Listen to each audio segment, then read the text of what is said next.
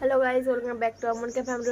আবার সবাইকে স্বাগত হলো আবার একটা নতুন ডেইলি ব্লগ নিয়ে তোমাদের কাছে চলে এসেছি। আর আমি চিনিসা, আমার চ্যানেলে তোমাদের অনেক স্বাগত জানালাম।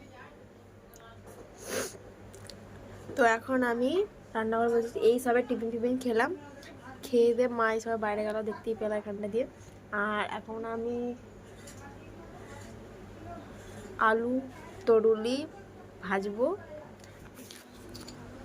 তো এটা ভাজবো, মা বললো তাহলে তুই ভাজ, আমি বাইরে ভাতটা তৎক্ষণ বসাই, তারপর আমার ভাত বসানো হয়ে গেলে তারপর আমি রান্না করবো। তুই চলে যাবি ভাতের ওখানে।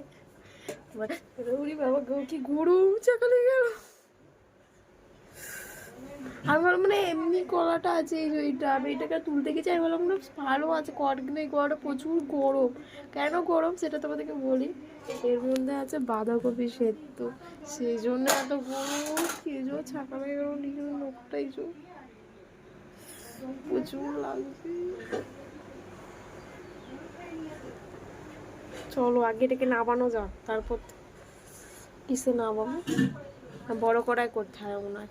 ঠিক আছে, আমি রান্না বান্নাগুলো করি ততক্ষণ তোমরা আমার ভিডিওটা দেখতে থাকো।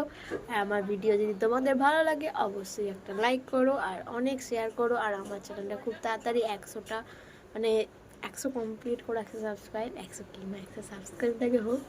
তারপরে প্লিজ বেশি বেশি করে শেয়ার করো, এই বোনটাকে একটু বেশি ভালোবাসা দিও।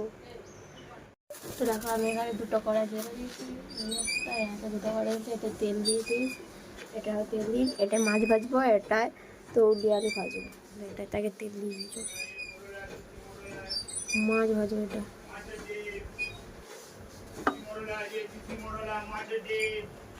ভাজা গরম হয়ে যাক কড়াটাকে। তারপর মানে তখন ওই যে ঠিক আছে না, তরুলি ভাজা বসিয়ে দিয়েছি, আর এখানে মাছ ভাজা বসিয়ে দিয়েছি। প্রচুর ভয় লাগে না আমার মাছ ভাজতে বসলে, শুধু আমি কড়াই এরকম ঢাকা আছে তরোয়ালের মতো, আমি যেরকম করে এরকম করে নিই, এরকম করে মাছ ঢাকা দিয়ে বসে থাকি। প্রচুর ভয় লাগে আমাকে।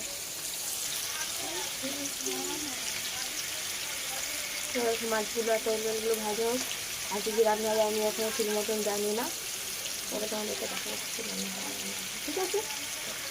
তো দেখা এখানে আমার মাছ ভাজা হয়ে গেছে, এরপরে আমি এটা আলু ভেজে নিচ্ছি বাঁধাকপির তরকারির জন্য।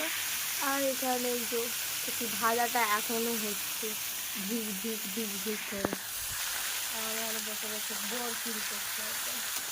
মায়ের ভাত বসানো হয়ে গেছে অলরেডি, মা ওখানে গেল।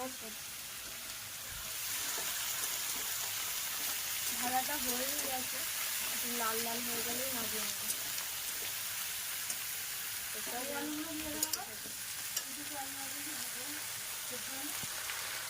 তো দেখতেই পাচ্ছ আমি চান টান করে চলে এসেছি। আর এখানে মা খাবার বাড়ছে, এই যে কত খাবার দেখো,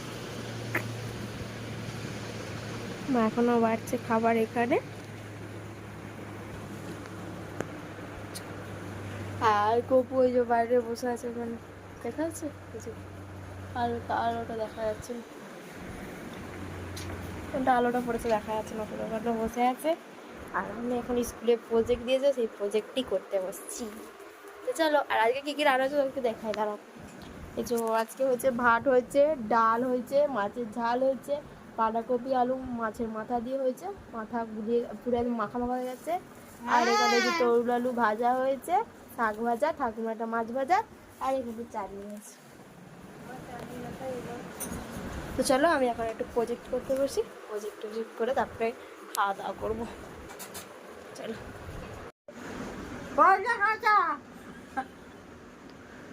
আমি তো পরে গেলে কাঁচাই খেয়ে তো নিলে, এইটুকুনি পড়ে আছে। আমা আমি যে পরোটা বানিয়েছি তোমার কেমন লেগেছে একটু বলো আমাকে। তুমি খেয়েছো? খেলে তো বিরিয়ানি, দেখো বিরিয়ানি খেয়ে পুরো প্লেটটা পুরো ফাঁকা করে রেখেছো। আলিমা বিরিয়ানি আমরা খেলাম। আজকে হচ্ছিল ডিমের ঝাল হয়েছিল রাত্রিবেলা, একটা লোক ভাত খায় তার জন্য ডিমের ঝাল হয়েছিল, ভাত হয়েছিল, ডাল হয়েছিল, এটা সব রান্না হয়েছিল। আর রুটি হয়েছিল, রুটির সাথে হয়েছিল কুমড়া আলুর তরকারি। আর আমি যে করতে গেছিলাম তাই ভিডিও বানানো হয়নি। এই যে আমার মা, হ্যাঁ ওই তো পরোটা হয়েছিল, এই যে পরোটার অর্ডার ছিল, পরোটা হয়েছিল, ওই ঠাকুমা খেলো, খেয়ে আমাকে আবার নিন্দা করলো। সকাল থেকে আমি রান্না করে আছি, তবুও আমার রান্নার কোনো রেসপন্সই করে না এরা, ভালো বলেই না কখন, সবসময় খারাপ খারাপ খারাপ। সকালবেলা রান্না করেছি, বললো খারাপ হয়েছে, এই হয়েছে, হ্যান হয়েছে, দেন হয়েছে, এখনো বললো। কাল থেকে রান্না বান্না করবোই না, মাই করবে। তার ভিডিওটা এইটুকুনি, তোমাদের কেমন লাগলো অবশ্যই লাইক কমেন্ট শেয়ার করো, আর আমার ভিডিও ভালো লাগলে অবশ্যই একটু লাইক করো। আজকের মতন টাটা।